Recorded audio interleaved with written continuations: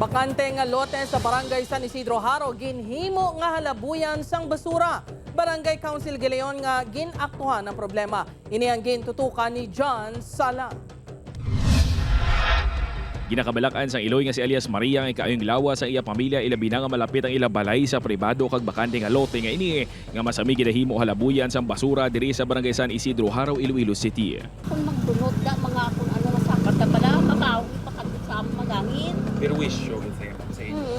Kinano na na kay kapag. Suno sa punong barangay madugay na nga problema ang irresponsable kapag haboy sang basura sa mga residente kag lakip na sa mga pangayaw. Natambak nila daya, hinimo nila yatambakan. So wala kami kabalo, kay wala man dasang CCTV, hindi mo gid matanaw kung sino ang nagahaboy.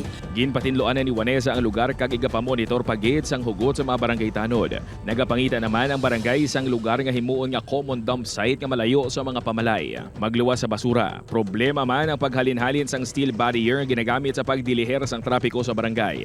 Hindi lang niya nga kaisa, kadua, katatlo, kapat, kalima, kaanom. Kung ginakuha lang na taning nila dra, wala pa yung problema, iuli mo lang sa eksakto. Okay. Kinatabuan man na ang gintarabid namon, ginpanggunting Manila. Sinuki alias A nagatuga sang peligro sa lugar ang pagpatumbaya sa mga nagapanghalin sang baral.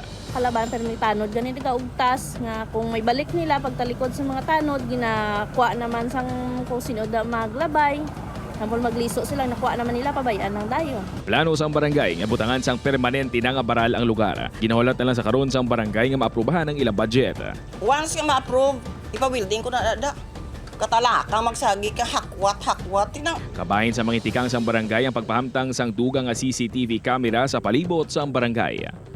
Upod kay Hans Di Sherto, John Sala, Western Visayas.